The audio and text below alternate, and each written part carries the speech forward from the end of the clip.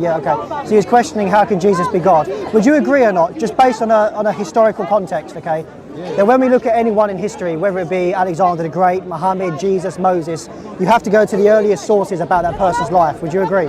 So if I say to you, okay, for example, let's say your father's name is David and your grandfather's name is Henry, okay? If I say to you, you came from Henry, is that wrong or is that true? If I say to you, I am a participant in this discussion, and some guy over there comes along and says, that means nothing. Is that nonsense? You have evidence because the camera's right here, you can show them. We have evidence in the writings. Muhammad says about Joseph being sold into slavery. He says that he was sold for 12 dirhams, okay, in the Quran. But the problem is, and it's not really a problem, but I'm saying if you want to be consistent, the problem for you would be dirhams was not used as a currency in the time of Joseph.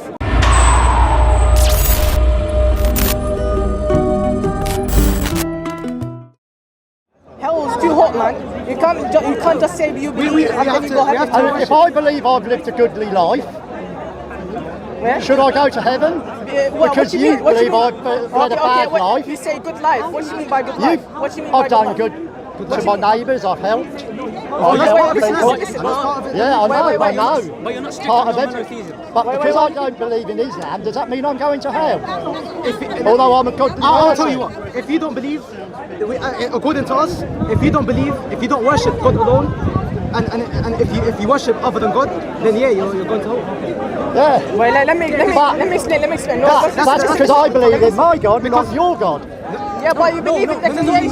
So, can I ask you a question? This is what it is all about. Because you were speaking earlier, sorry to interrupt, brother. That's all right, no, you were speaking earlier about Jesus being God or not. You were trying to disprove the deity of Christ, yeah? About Jesus? Yeah, I heard you earlier, yeah, okay. So he was questioning how can Jesus be God. Would you agree or not, just based on a historical context, okay, that when we look at anyone in history, whether it be Alexander the Great, Muhammad, Jesus, Moses, you have to go to the earliest sources about that person's life. Would you agree? But I need to be authentic. The Qur'an. We can get to that, but 1 second. The Qur'an says everything. One at a time, please. The Qur'an talks about everything about them, about Moses, about Jesus, about Muhammad. No, but the question is that the earliest source on the life of Christ, yes or no? It's not life of, the sources have been changed at the life of Jesus. So how do you know that? Because it's been changed so many times. There's 100. How do you know that? Do you have authentic narrations? Brother, hold on. So did you say there's 100 chapters of the Bible? A lot. I don't know how. Why does that mean the Bible's been changed? Because There's a lot of versions of the Bible. Sorry? There's a lot of versions Such of the as? Bible. Tell me. A lot like Paul, like you No, name it. Like there is no Paul version of the Bible. There is a lot of versions. There's a lot of Like what? Tell me. You're making a claim. Tell me. If what you mean, 1 second, brother. If what you mean is translation, there are many. Translation. Brother, 1 second. It's changed. It's been 1 changed. second. It's been altered. Okay, show me. Show me. How can I show you? I don't have the original version of the Bible. You're making the claim it's been changed.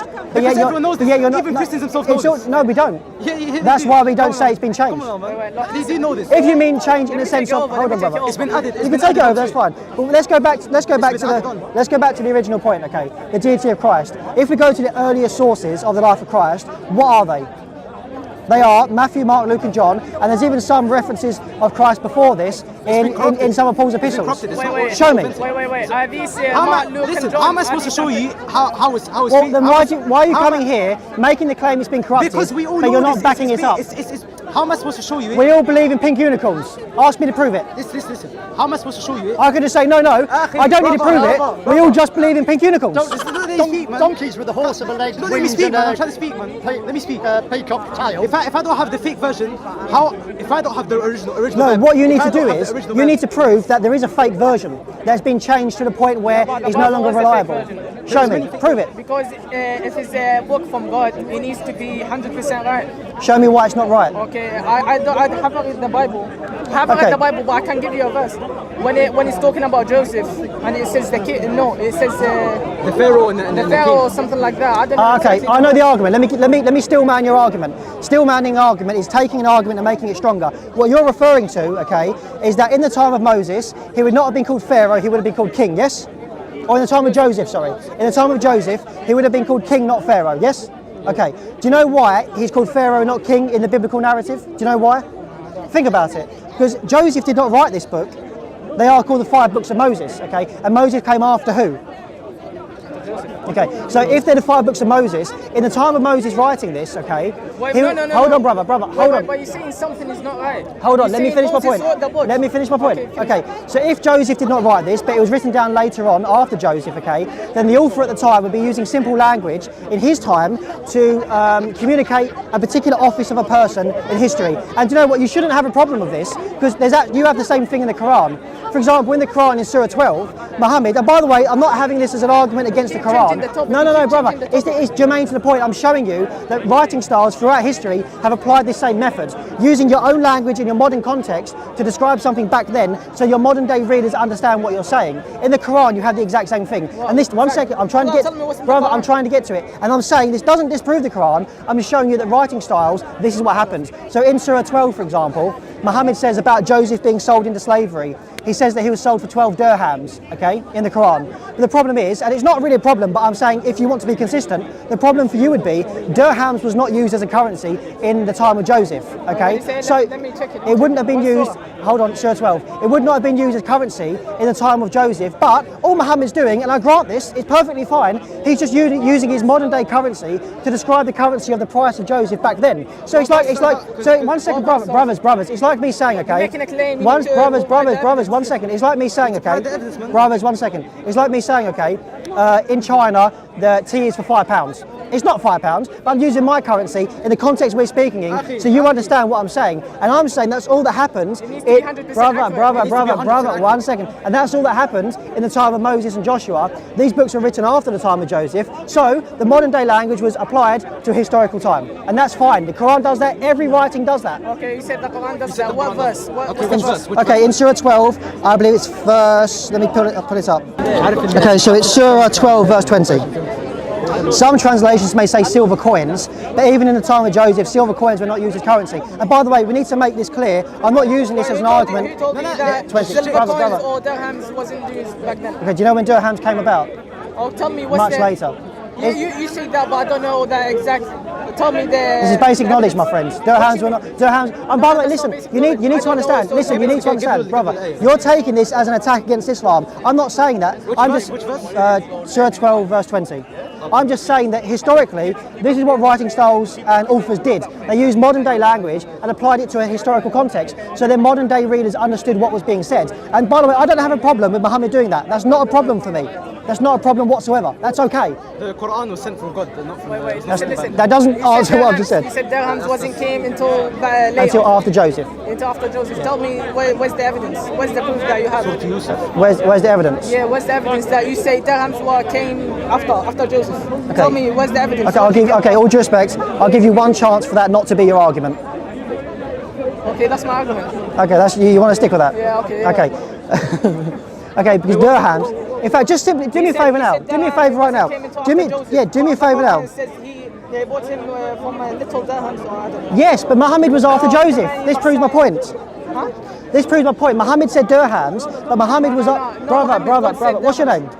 Don't worry about money. Okay, so Muhammad used dirhams in this context to describe how much Joseph was sold for, okay? Now, you might say this wasn't in the time of, how do you know this wasn't in the time of Joseph? Well, because Muhammad uses it, is what you're saying. Muhammad uses it because Muhammad came after Joseph. This is my point. He's using modern day currency, 1 second, to describe the price of Joseph being sold. Now, you seem to be missing the point. There seems to be a disconnect. I'm not saying that Muhammad is wrong for doing that. He's not. That's perfectly acceptable for Muhammad to do that. It's like me saying £5. And referring to 1200 years ago in China, they weren't using £5. But you understand my point. I'm speaking to modern day readers. That's all Muhammad did, and that's okay. And I'm saying that's all Moses did in terms of Joshua, and that's okay. I had the same argument with Ali Dawah, and he admitted it's okay. Because darahim is how the Arabs used to understand it. Because back then, yes, I agree. They're not going to know every currency. I agree. That's okay. That's why Allah subhanahu wa ta'ala said darahim. My friend, you're missing my point. I agree. That's brother, you are missing my point. I'm saying for Muhammad to do that, that's fine. I agree. He should do that. In the context he's speaking in, he should say dirhams because that's what his audience understands in terms of currency. And that's what Moses done in the 5 books referring to Pharaoh, because that's what the modern day readers and our readers now understand. That's all that happens. There's not a problem on both sides. Do you understand? Thank you. So what I'm saying is, I'm pointing out that your argument here is inconsistent. So No, but at the time, brother, Pharaoh and king is no, it's no, nothing, brother. What I'm it's not saying the same is as Darahim what, and- no, it's the not the exact same no, as currency. it's analogous. It's exactly analogous because if you want to say this proves different brother, if you want to say this disproves the Bible, then by the same standard that disproves the Quran. I'm not saying it does. I'm saying Muhammad is perfectly fine as a speaker. He was a good speaker. We can all agree to do that. That's perfectly fine. He was a good communicator, and so to be a good communicator, you use language your audience understands. Do you understand?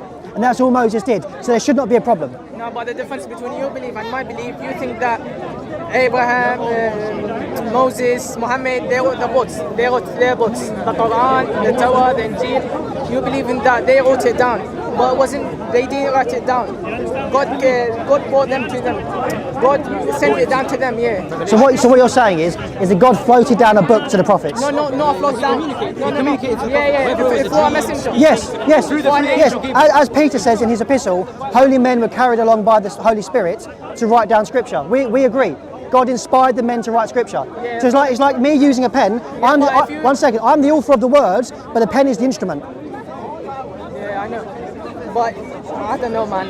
Listen, if you listen, your belief is different from my can I belief. just say, if you're not, you're just saying you don't know. If you're not ready to continue, brother, if you're not ready to continue the conversation, I'm happy to shake hands here. If you think about it, that's all. I'm ready. I'm just. It's hard. It's difficult for me to express what I'm saying. That's okay. Because now let's go back to his argument. So you agree? So hold on, brothers. So you agree? So you agree? There's, okay, I have no idea what you're saying, but continue. No, we finished. Okay, continue. Continue about what we're talking about. You said you want to make another argument. No, I'm not making. I'm going back to the original argument when he said that God only brought one book to Jesus, and they came back, and he came now with like multiple books now. Okay. So we don't believe. Okay, so this is where we're misunderstanding each other. We don't believe Jesus was given a book. We don't believe that. We believe Jesus preached a message, and his disciples wrote that message down.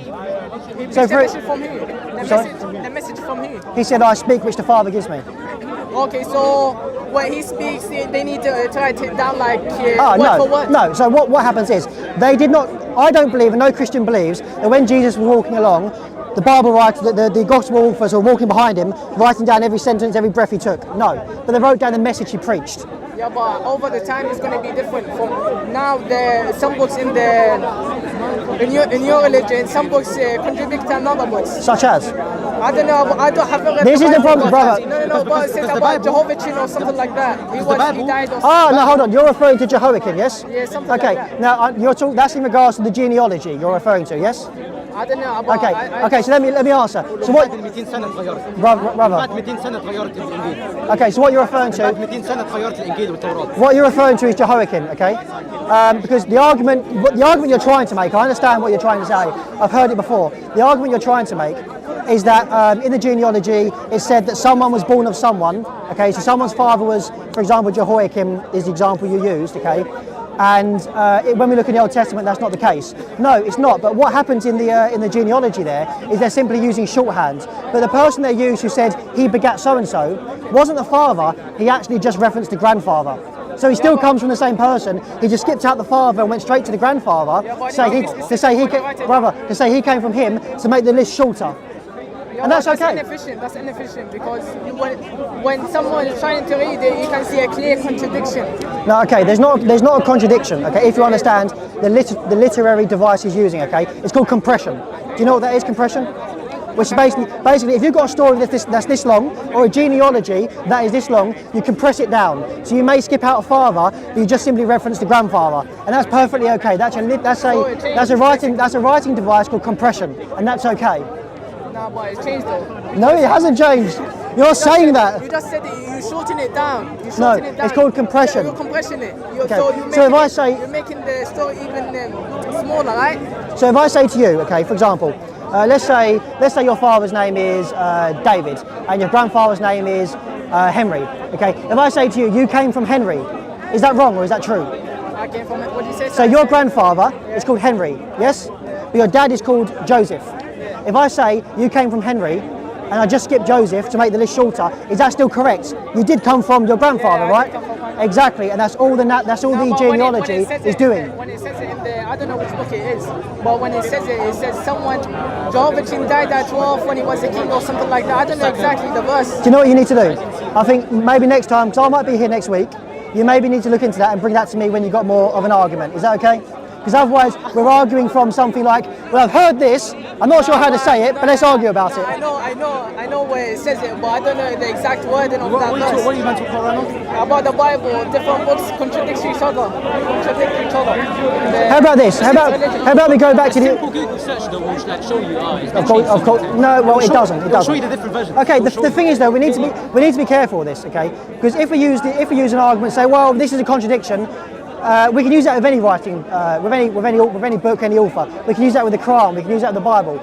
But we shouldn't do that in that kind of the way you're trying to do it, because we have to understand this writing in its historical context. What they're trying to do with the genealogies, compression. What they're trying to do in stories with the crucifixion, compression. To make a longer story shorter, and that's okay. The Quran does that. The Bible does it. Every story does that. The Quran does do that. Okay, so there are stories in the Bible about prophets that are mentioned in the Quran, but yeah, brother, 1 second. There are stories in the Bible that are mentioned about prophets that are mentioned in the Quran, but have been shortened. It's called compression. Yeah, mentioned them by name, but it doesn't say. It doesn't give the full details the Bible does it? The church. Hold on, let's go there. I studied the church fathers. You said the church. You said the church fathers changed it. Prove it. Simple Google. Hold on. Do you know what? If you're going to say the church, there's a lot of the American Bible, this amplified Bible, this and that. Like there's a lot of. Okay. Do you know what that is, brother? Do you know what that is? Do you know what? Sorry. Sure. Do you know what you're referring to? You're referring to different translations you're referring to different English translations of the original language. Okay. So you have It's not original language. Brother, you have the no. Listen to me. The original language is Hebrew. Listen to me. I'm saying you are referring to English translations of the original languages. It's not the original language. No, you are. Listen to what I'm saying carefully. You are referring to English translations of the original languages. Yes. I'm referring to different versions. Right, okay. So we have different translations in English of the original language, such as the Quran does. The Quran has different English translations, okay, of the Quran. The Quran's not English. We have the original Quran, which is in Arabic. You're missing my point, brother. You're missing my point. No, one second. Do you have a Hebrew Bible? Calm down. Do you have a Hebrew Bible? 1 second. Can I speak? Do you have the original Bible? Let me get to the point. Because I need guys. The Quran has different translations. I need space to speak. Listen, I know what you're trying to do. You're making a claim, but you slightly differ the subject, so you don't. No, I'm not. No, I'm not. I'm trying to address it. If you listen to me speak, you'll hear my answer. When you made the claim, we need to answer you. When you made the claim. No, we need to get this right. You made the claim, I'm trying to answer you. You're trying to stop me from answering you by making another claim. No, but you made it. Let's see what you see. No, let me finish. Thank you, I appreciate that. So, just like the Quran has different translations, we admit the English translations are not the original. Absolutely. But we have English translations of the original languages, and that's all there is. So for example, brother, 1 second. So for example, okay, if we take a Greek phrase, okay, let's say we take a Greek phrase in, okay, for example, a classic example, this is an error of translation, but it gives you an example. In the Jehovah's Witness Bible, okay, they're not Christians, but in their Bible, they'll translate one Greek phrase, okay, in John 1:1, as in the beginning was the Word was with God, the Word was a God. But their same translation translate that same Greek phrase in 2 Corinthians 5:19 as just God. So that's an error on their part that demonstrates that you have a flexibility in how you translate things. Do you understand? In a similar way, even in legitimate translations, like let's say the NASB or the Douay Rheims, you can translate from the NASB, so you can translate one Greek phrase, then Jesus did this, and another translation may say, then Jesus went on to do this. There's no difference. There's no difference in meaning. When you said about the Quran in English, the English Quran or something like that, I don't know how you worded it. When the Quran changed to English, the words in English, that's not Quran no more, that's just a translation. I'm saying, I understand that. So, but we're working from two different paradigms. Yeah. We have no problem with translating the Bible from its original language, hold on brother, to English or Swedish or German. You guys have a slight issue with that. Yeah. Why do we have slight issue with that? Do you know why we have slight issue with that? Because you believe it changes the meaning to the point where it's no longer really the Quran. We don't believe that. No. You can't put your beliefs onto us. That's not how. Basically, when we have the original book, yeah, when we read the translation, we read in English. It's easier for me to read in English, right? But let's say I stumble on some verse which it doesn't. I'm kind of shaky about it. I'm not sure it's in the original book. So I go back to the original book, I read it. If it is the same translation, then I can say, yeah, that's fine. And by the way, But you can do that. no. By the way, You don't have the original brother, Christians can do the same thing. If there's an English translation, okay, this is what people do. Scholars, theologians, etc. When they get to a particular passage in the New Testament, then they may struggle. How should it really be translated like this? For example, the NLT is a translation. Okay, it leans towards more of a paraphrase. This will translate certain things from the Greek. Okay.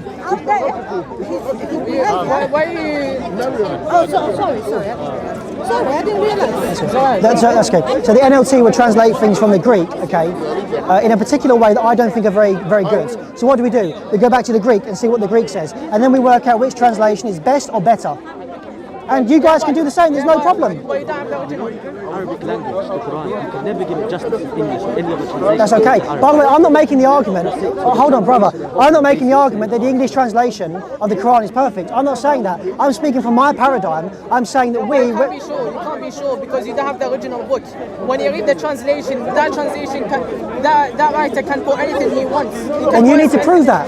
Okay, do me a favour, I can't prove it. You know why I can't prove it? Because I don't have the original book. But we have the earliest manuscripts. Yeah, So if you take the hold on brother, if you take the earliest manuscripts of what we have, you should be able to find a discrepancy from here to manuscripts that come 50 to 60 years later. You should be able to find that. A discrepancy that changes the meaning or changes the theology entirely. That gap, that 60 years you're talking about, we don't know what happened in between. People might change something we don't even know. So in the Quran we know exactly. But you're working from a hypothetical. No, I'm not. No, you are. You're saying we don't know if this did happen, therefore I'm going to assume it did. That's not how we do historical studies. I'm not saying it did. I'm just saying it's not original because I don't back up. When I'm reading the translation you books have, it's not the original, so I don't have any backup to go back to the original book. But we go back to what we have, the earliest manuscript. Yeah, do you know what? brother, Do you know why we don't have the original manuscript from Mark himself? Do you know why? Sorry.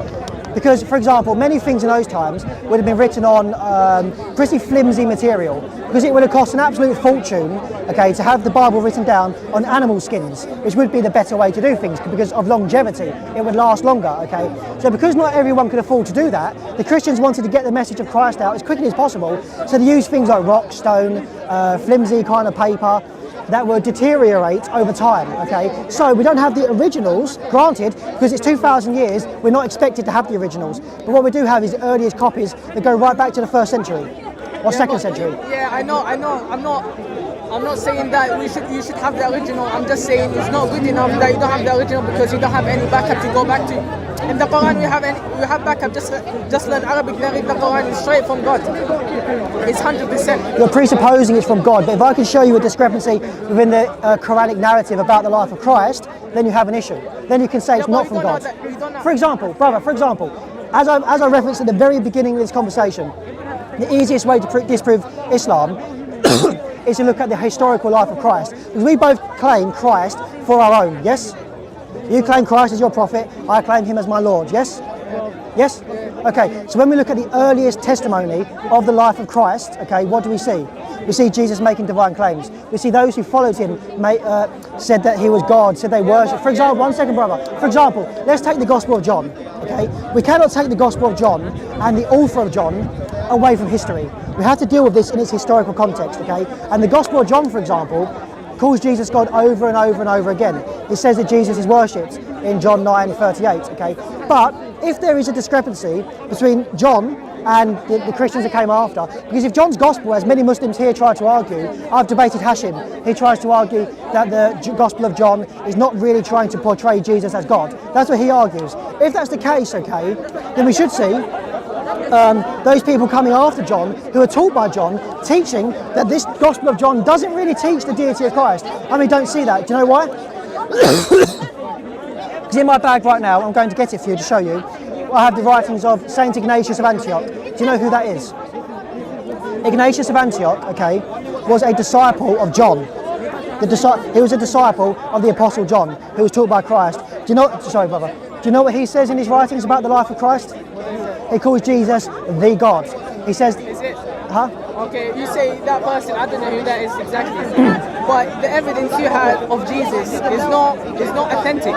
How do you know that? Because I have the right, brother. I have the writings here, brother. I have the right. It's not anonymous. It's from. No, I know that guy. I don't know. He might be anonymous or might be not. But Okay. the Bibles you have. Okay, let's take that argument. Let's say, for example, although Ignatius claims to be an apostle of John, how do we know John really wrote John? Is that your argument, really? Yes, in essence. Yes. Okay. Well, when we look at the Gospel of John, we see a very interesting thing. Towards the end of John's Gospel, okay, it actually claims to be written by a disciple, because he goes on to say, "This is the disciple who wrote these things down." Yes, I'm about to get to that. So in John 21, it says, "This is the disciple who wrote these things down," and we know his testimony is true. Why? Because he was there seeing the very events of the life of Christ. Brother, 1 second. So just from that, we can see this was a disciple. Doesn't give us the fact that it's John, but it does in fact say this is coming from a disciple. Then we look to those people who came after John, who were taught by John, like Polycarp. Polycarp taught a man called Irenaeus. Irenaeus, in his writings against heresies, says that John wrote the Gospel of John. So, let's bear in mind, I just referenced Polycarp, who was a friend of Ignatius, because that same Ignatius who talks about Jesus being God was taught by John. He wrote letters to Polycarp, who was also taught by John. So you have two people who were both taught by John, claiming that Jesus is God, claiming that they understood from the Apostle John that Jesus is in fact the Saviour of the world and God. Okay. How about we shake hands and leave it there, yes? Yeah, okay. But you're mentioning all these names, which I don't know about these people. I don't know, man. All I'm saying, all I know, the books you have of the Bible is not authentic, it's not 100% right. There might be some changes, I don't know. I'm not saying. Okay, how about this? I'm not sure. How about this? The Quran is 100% right. Okay. How about this? Brother, how about this? You're making many claims about the Bible now. You're saying, I don't know, but this is what I believe. How about this? I'm going to be here next week. You go away, you think about what we've spoken about, okay? And you bring me back better arguments, okay? Because at the moment, I can't deal with, I think it's corrupted, but I don't know how, okay? Is that fair? Yes? Yeah, I can say that. Have a nice week. Have a good week. Well, let me ask you a question. Why don't you believe in the Quran then? Why don't you believe? Based upon everything I've just said. Why? Because the historicity of the life of Christ. Okay, the life of Christ. Because think about it. Brother, think about it like this. If Muhammad, the Quran comes along 600 years later, yes, we agree. After the time of Christ, 600 years later, written by no one who saw Jesus, no one who knew Jesus, no one who lived with Christ. Brother, we have people here, okay, for example, Ignatius, who was taught by the man who lived with Christ. And he's saying Jesus is God. We have John's writings, we have John's writings itself, who is clearly claiming to be a disciple, who is saying that Jesus is God. We don't know he's a disciple because the book came. It says this is the disciple who wrote this down.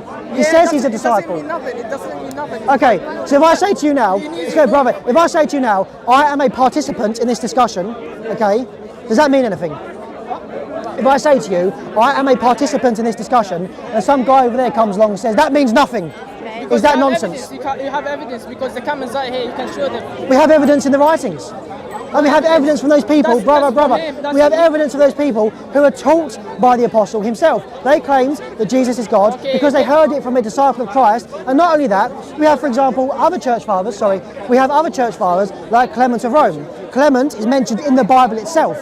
Clement is mentioned in the Bible. He was a successor of Peter in regards to the Bishop of Rome. He says in his letter to the Corinthians that Jesus is God. And he's in the Bible. He's mentioned in the Bible. It doesn't mean nothing. Do you know what? That's him claiming to be he's a disciple of God. Doesn't mean that he's a disciple of God. Do you know what? Okay, it means a lot more. That means a lot more than someone 600 years after the fact. Okay, but you believe in that Muhammad wrote the book himself, but he didn't write it down. I never said that. No. You're saying that because of the gap of the years, like 600 years between Jesus and Muhammad, that means that is...